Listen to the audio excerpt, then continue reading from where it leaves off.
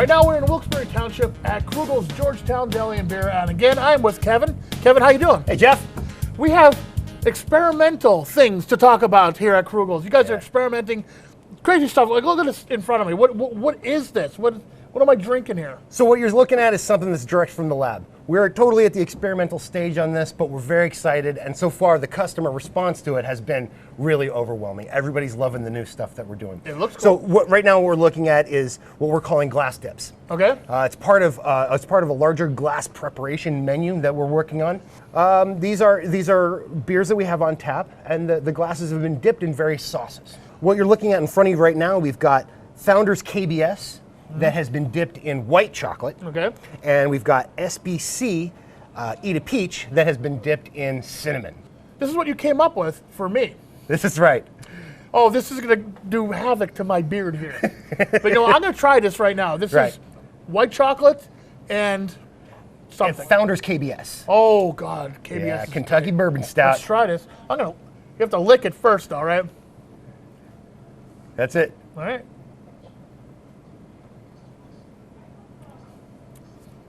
That pairs exceptionally well. That's neat, right? I have white stuff all in my beard now. Your beard was white before. That's true. That's true. And I'm not dyeing it either. This is really good. This adds a whole another element to the beer. Yeah. I'm drinking again. This is excellent. It's nice, right? And what do you have? So what I've got is, this one is a recommendation from one of our best customers. This is SBC Eat a Peach with a cinnamon rim dip. It's on my nose, I think. Okay. So let's try this one.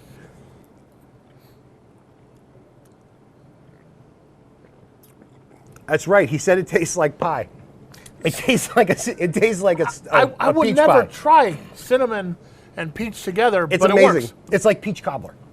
There's more in the experimental arena at Krugel's Georgetown Deli and Beer we got to talk about. The next thing we're going to talk about is your smoked beers. This is really exciting, Jeff. Okay. We introduced this about a month ago, and the response has been, a completely unqualified success. I can't believe how the customers have responded to it. So you're smoking the glass? Yeah. So we give you your choice of wood, right? Okay. There's a few different woods to choose from. Every wood has its own property and imparts something different to the beer. But mostly what you're adding is complexity to your beer. You've got hickory, apple, cherry, mesquite, just the woods that we're starting with right now. And we fill your glass with smoke and then pour your beer over top of it. I'll tell you what, I tried one before. I tried one with the KBS. Yeah. It completely changed the flavor of the beer. It was really good. I really enjoyed it, and I think every time I order one here, I'm gonna have to do it that way. Yeah. Well, you figure what percentage of your flavor profile comes from your nose, right? I mean, your nose is everything. Right. So you improve the nose of your beer, and the whole experience is different. You can try beers you've had 100 times before. You can try them in a whole new way now. We're not done with the experimentation. We're not done with the out of the ordinary here at Krugel's Georgetown Deli and Beer. We got more coming up right now. And now for something completely different, we have hard seltzer in front of us, because this is all the rage now. Jeff, we got to talk about the elephant in the room. Hard seltzer is what everything is now. It's outselling all craft beer combined. Insane. Insane. In 2015, the entire seltzer market, hard seltzer market, was worth $3 million. Okay, by 2018, it's worth over $500 million. But the funny thing is that seltzer has really always been around. We've always put alcohol in seltzer water. Yes, we have. The 1700s is when we first figured out how to artificially carbonate water. And it wasn't long before soda brands started popping up. And almost from the beginning, seltzer was associated with alcohol. Actually, so much so that that's where the term soft drink came from. We call our sodas soft drinks because they're not hard. Right. And we had to differentiate. We had to differentiate, right? Tell the kids this is a soft drink. There's no booze in here. But no alcohol in that. The very first, what you would recognize as seltzer drink would be a gin and tonic, right? 1850s. We're talking colonial Britain, in India, right? They got a lot of mosquitoes. And with mosquitoes, you get a lot of malaria. So it turns out quinine was a moderately effective drug at helping with combating malaria. Oh, how about that? So quinine was added to water, and then it was added to seltzer water. And then, of course, people put gin in it immediately, and that's how a gin and tonic came. That's how gin and tonic I'm a came big fan about. of gin and tonic. I mean, if there's something I like just as much as craft beer, it's a gin and tonic, a good gin and tonic. Talking good gin. So then, I guess the most famous failed seltzer is going to be Zima. Yeah. Right? And it caught no end of shade from everybody. And you know what? I didn't like to drink. I know one of my friends drank it, and we made fun of him constantly. It just tasted like a Sprite. It really didn't do it for me. Yeah.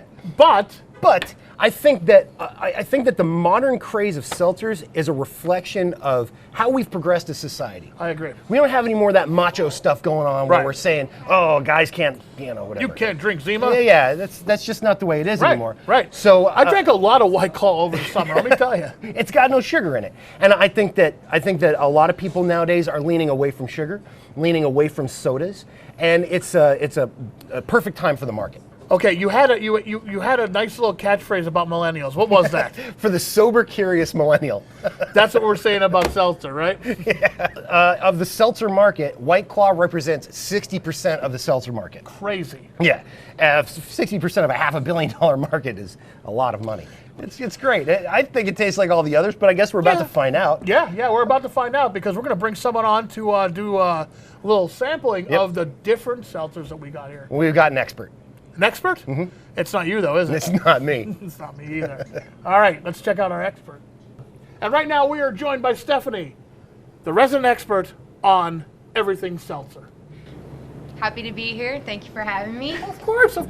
All right, let's talk about the first one we got to sample. So we're going to here. sample Bon and Viv Grapefruit Spiked Seltzer.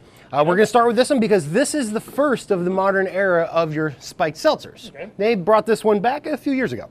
I don't know much about seltzers, but I've had this before. It's not too bad, right? So what am I supposed to be tasting? Is it a grapefruit seltzer? Yeah, so this is the grapefruit one. So I feel like this brand, you really get more of the fruit. You get more of the fizz in this one. Okay. Very carbonated. Yeah, it's very carbonated. So this one's on the lower end of the seltzers. We're talking 4.5% and 90 calories. So you're talking like, okay, it's not going to kill my diet, right. and there's not a lot of booze in it. All right, what do we have next up? It's nice and pink, and it actually has a nice nose to it. Yeah, got a little bit of a smell. So this is Raspberry Rosé from Smirnoff. Okay. I've actually never had this one before, but I've had their pina colada, and this one's very similar. It's more flat. You don't get as much carbonation. Yeah, not as so many you get in bubbles. Yeah, I'm liking that. A little bit less carbonation, but a lot more flavor than the first one. Yeah. This is nice. The Rosé is supposed to bring a wine component to it. This one's 90 calories, 4.5, 1 gram of carb, same as the other one. All right. So again, on the lower end. So usually if you're looking for that extra buzz, this one is usually the later pick, but still good. So next we're going to go for Truly Blueberry Acai. And truly, they're big in the seltzer market, correct? Yeah, we're going to look at this. This truly represents 30% of the seltzer market. It's one of those that's been around from the jump. Same with White Claw. Okay. It's one of the top leading brands, and it's because it's been there from the beginning. Well, it's pretty good. I like it. I'm enjoying the blueberry taste to it. It's Tastes sweeter. It says it's got 1 gram of sugars in it. So truly, you can always count on there being that full flavor there in comparison with the other seltzers. You're always going to taste it. Next up, we have White Claw Natural Lime. I've had this many times over the summer. This is their biggest seller? Yes, so I can say this is my #1 seltzer. I think it's because of the presence that they always have on social media. You can find them on any account. Oh, they're killing it. Yeah, absolutely. Yeah, there's no laws when you're drinking claws.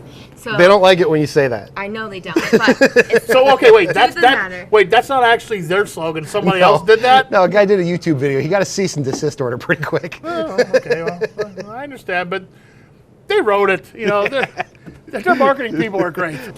this one actually just went through a shortage because of how popular it was. Their sales was skyrocketed last year. And it's interesting to note that this is a brewed beverage too. This is an actual malted beverage. It's not just vodka put in. Some of them, like the Smirnoff, is clearly vodka added to a seltzer product, but this is specifically brewed. That's good. I like it. Probably my favorite. I like the lime because it reminds me of a gin and tonic. The flavoring feels more natural, if that's possible. It does. Yeah, it's just like a natural combination. Yeah. But this is not your favorite. It's not. It is not my favorite. We're gonna check out her favorite next. And right now we have the White Claw that you like the best. This is what? The mango. This one is a great summer brew. It's one of the ones you expect. You get the full flavor all the way through. I think finishes, starts the same way. Oh, there's a nice little smell to it too. The mango is very strong. It punches you right in the face when you bring it up. See, I like mango IPAs, so I'll probably like this. This is cool. I've never tried this many seltzers at one time. I love this. He's always making fun of me. Now I'm going to see him. I'm going to see him with the White Claw soon. And finally, we have what I'm the most curious about. Natty Light. Natural Light Seltzer.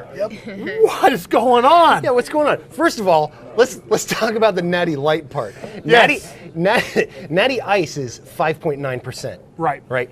This Natty Light Seltzer is a full 6% alcohol. Okay, so listen, college guys. If you're only after the effect, drink this because you got more alcohol in this. You're well into craft beer territory at 6%. Absolutely, yeah. But how does it taste? Well, pretty good. And you know what? College kids, it's cheap too, and you're getting that full flavor. And you know what? Natural Light always sneaks its way in there. Okay, well. At about $1 a can, you can't find much at 6%. You can't expect it to be as good as the other one, but you know, for what it is, I don't mind this at good all. flavor. It's a little tart. It is tart. Well, if I was in college again and I only had like $5, It's the way to go. yeah, I'll tell you, I'm sorry to say this, Natural Light, but it's better Natural Light. I'd rather drink this than a can of Natural Light. Oh, yeah, absolutely. Sorry. Step up. Thank you, Kevin. Thank you, Stephanie. Great time here at Krugel's Georgetown Deli and Beer, Wilkes-Barre Township, right next to the Big Cow. Don't go away. There's more wine, hops, and roast drops when we come back.